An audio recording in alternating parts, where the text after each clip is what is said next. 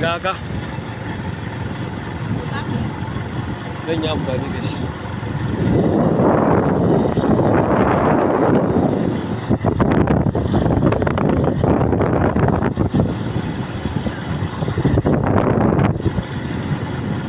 Kano to Maiduguri Road. This is Kano to Maiduguri Road, a new bypass.